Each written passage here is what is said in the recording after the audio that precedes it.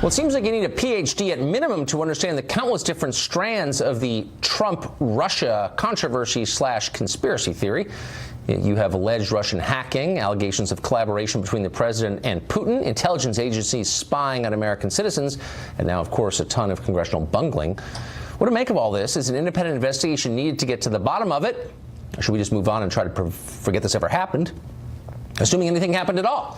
Fox News senior political analyst Britt Hume joins us now.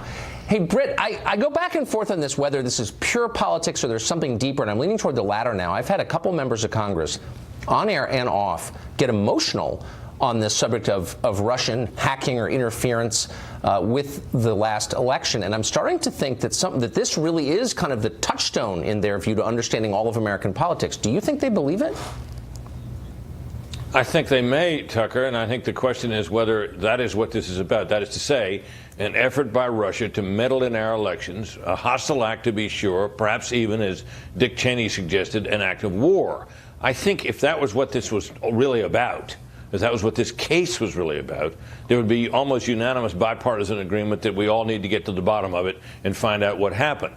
However, there are two other elements that have become part of this as well. One of them is the question of whether the Russians were acting in collusion with the Trump campaign, of which there is scant evidence so far, but a lot of allegations and a lot of suspicions voiced about that. And of course, the final element is this question of whether the United States intelligence agencies, having incidentally swept up the names and information from or conversations by certain American citizens, then proceeded to mishandle that information. The identities, of course, in situations like that, as your previous guests have mentioned, are supposed to be masked. That is to say, not revealed, not even revealed across the intelligence agencies. And it appeared that those constraints were not observed in some cases here. Yeah. That is what Devin Nunez has been talking about as the chairman of that committee. And that is the information, or related to the information, that he apparently has been told confidentially from someone within the intelligence services. The Democrats, of course, would like this to be about the allegations of collusion, and the Republicans would like it to focus more on the allegations of the misuse of intelligence against American citizens by the Obama administration.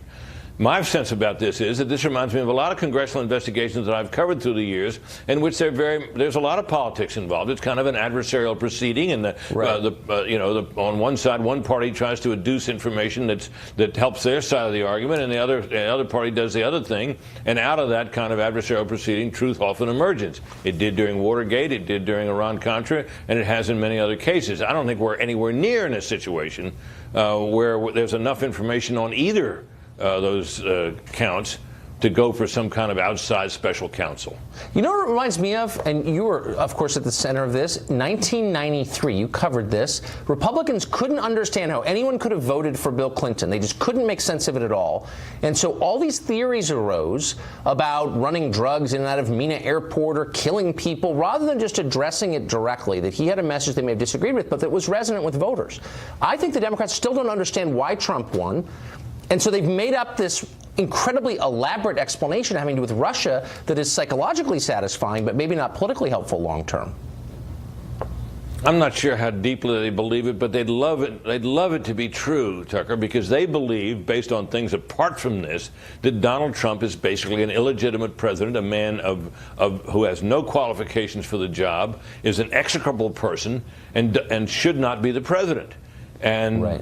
They're afraid that he will have the presidency for 4 years, and they'll roll back their agenda, and he'll cause all kinds of problems. And they can't stand the guy. No. And if it could be shown that he colluded with Russia to get elected, well, that would undermine his presidency almost totally. Right. That is what they're going for, and that, in my view, from their side of it, is what this is about. Boy, they really, really don't like to lose power. It's unbelievable, actually. Britt, thank you for that. Well, in my experience in Washington, nobody ever does. No, that's true. Some are better than others, though. Thank you.